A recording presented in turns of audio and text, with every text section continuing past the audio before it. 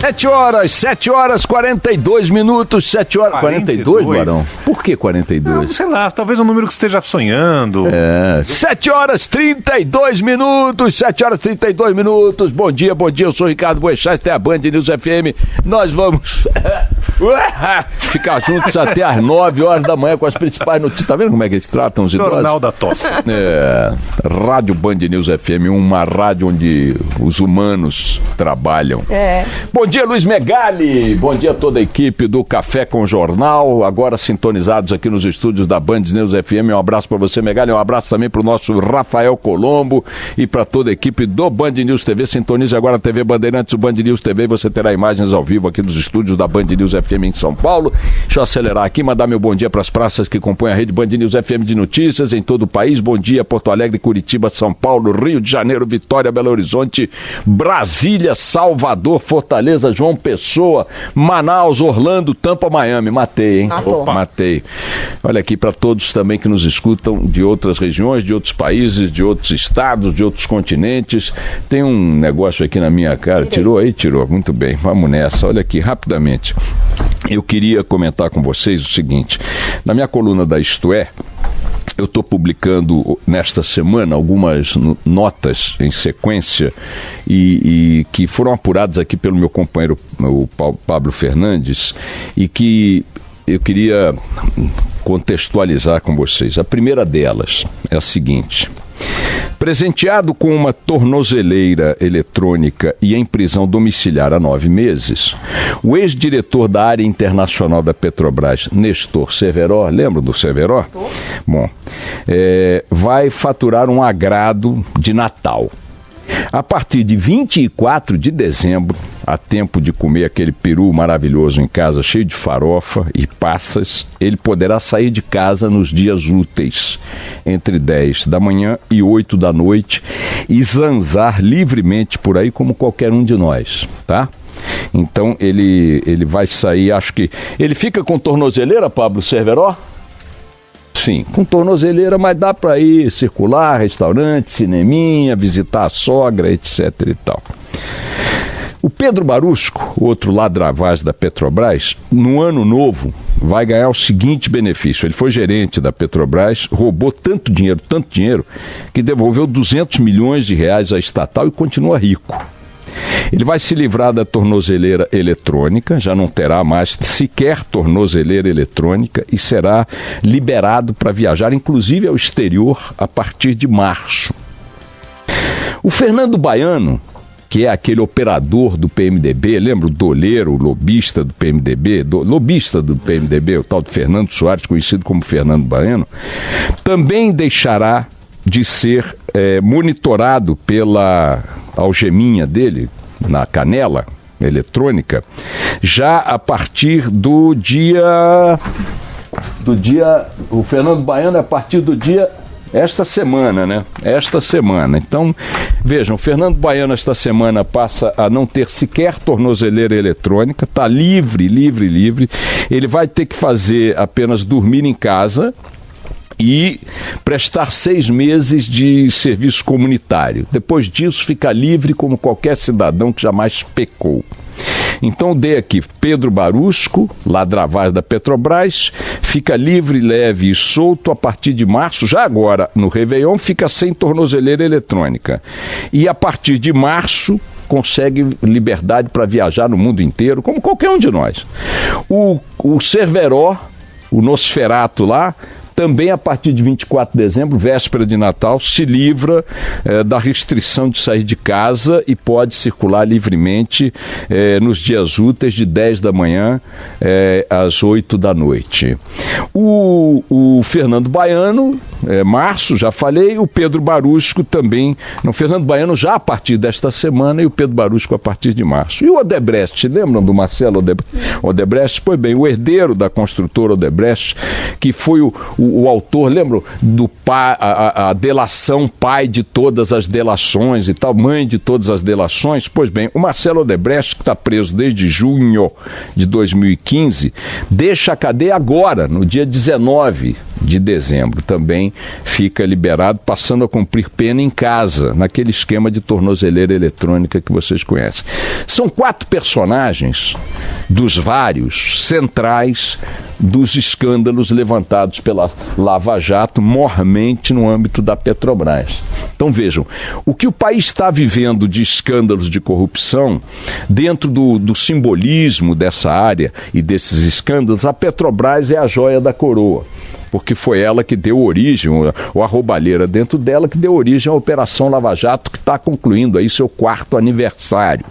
De lá para cá, a Operação Lava Jato e outras que a ela se somaram em outros campos de investigação do Ministério Público Federal e da Polícia Federal, ela expôs ao país uma realidade com a qual o país vive há séculos, que já foi exposta de forma fragmentada aqui e ali em operações que foram para a gaveta, com a ajuda de grandes bancas de advocacia e de seus parceiros no judiciário, e a Lava Jato conseguiu romper essa primeira barreira de não ir para a gaveta e produzir alguns efeitos concretos. Que efeitos concretos? Temos aí uma boa recuperação de dinheiro, temos aí várias prisões inimagináveis em outros tempos, como Cabral, Cunha, aquele que foi ministro da Fazenda do Lula, como é o Palocci, figuras e tal, Gedel Vieira Lima e tal.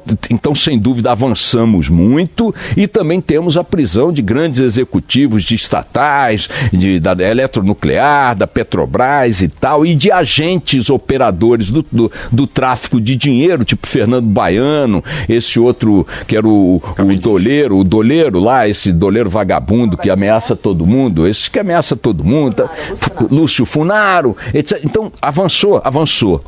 Avançou quanto? Avançou o suficiente para ter tudo isso que eu já acabei de dizer. Avançou tanto quanto tem que avançar? Opa, peraí.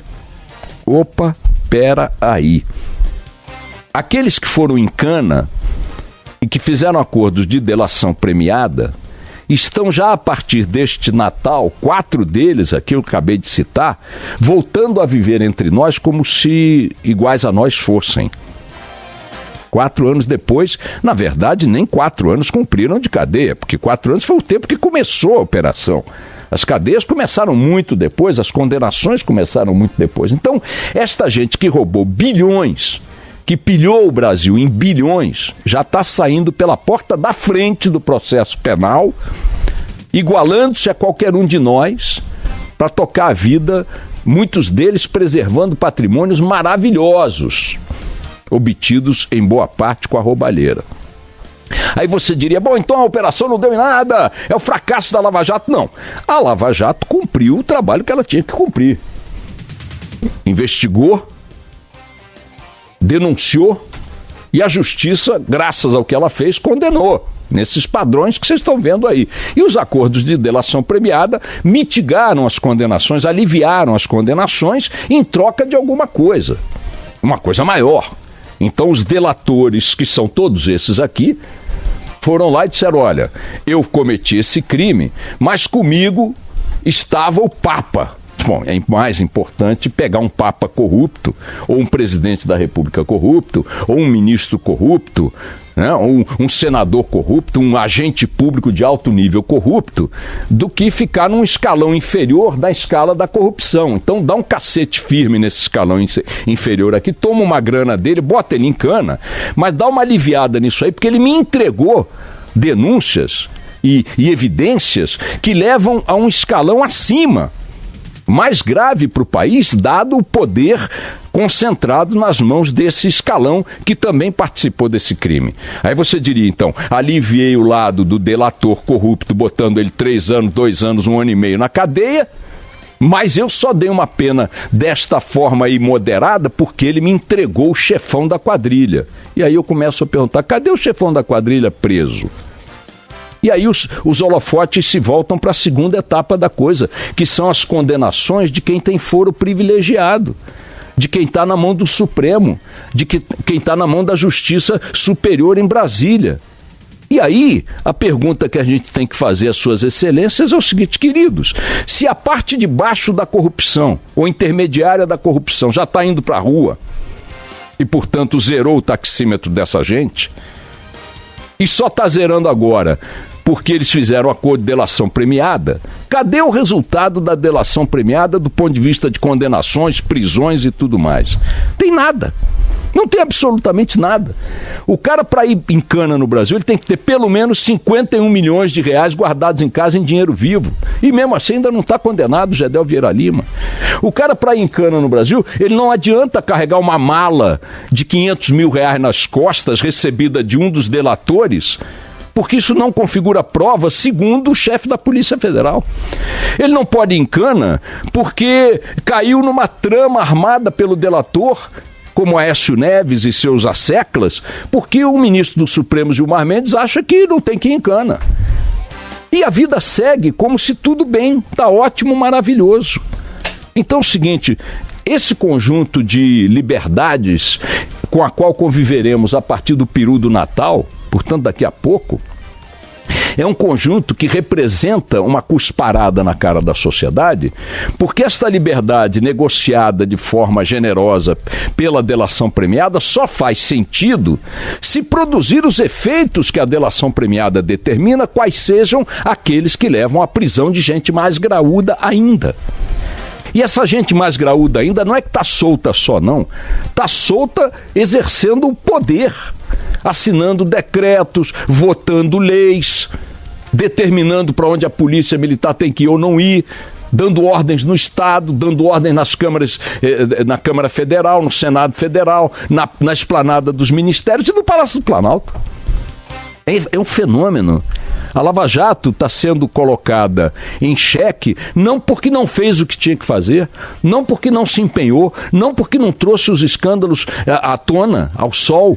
Ela está sendo colocada em xeque porque a efetividade do que ela conseguiu está morrendo na praia dos tribunais superiores, especialmente do Supremo Tribunal Federal, onde facções aliadas atuam para evitar que as coisas tenham consequências.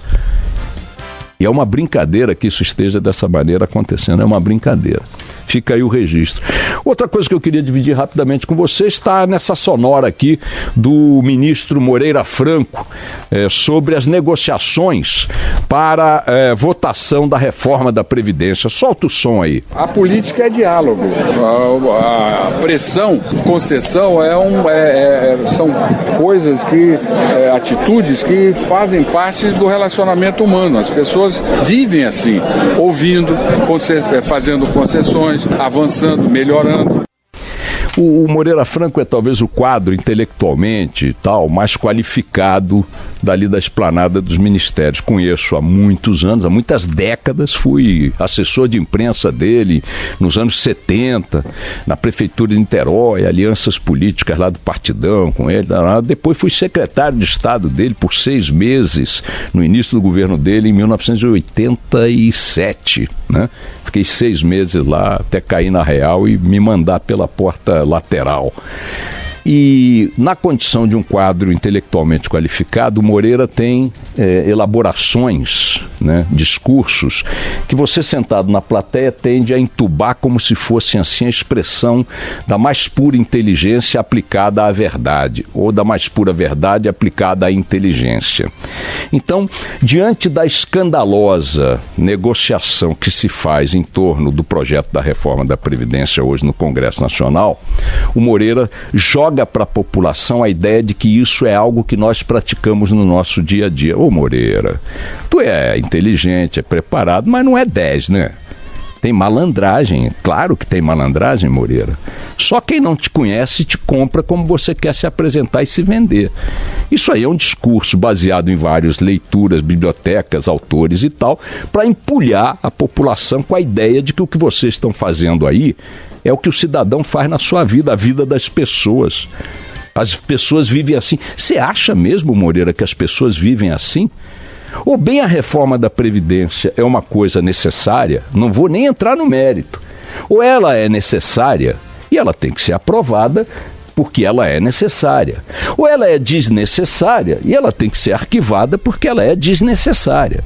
A única coisa que ela não é, Moreira, e aí você pode engolir e vomitar quantos filósofos você quiser, é material para fazer essa barganha escandalosa de bucaneiros, de assaltantes, de bandidos, de vagabundos no Congresso Nacional e no Executivo, dando pátina filosófica a isso, como se fosse natural que para aprovar um projeto relevante para o país ou arquivá-lo pela sua irrelevância, eu tenha que dizer que eu quero emprego, cargo, verba, nomeação de amante, de primo, de sobrinho, de parente, emendas e tudo mais.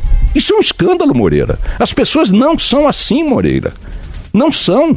As pessoas que estão agora dentro dos trens, dos ônibus, lutando nas cidades para sobreviver, para criar os filhos, para poder conseguir um remédio no hospital, uma internação, são pessoas que não fazem esse tipo de barganha na vida por estas questões pétreas. Absolutamente.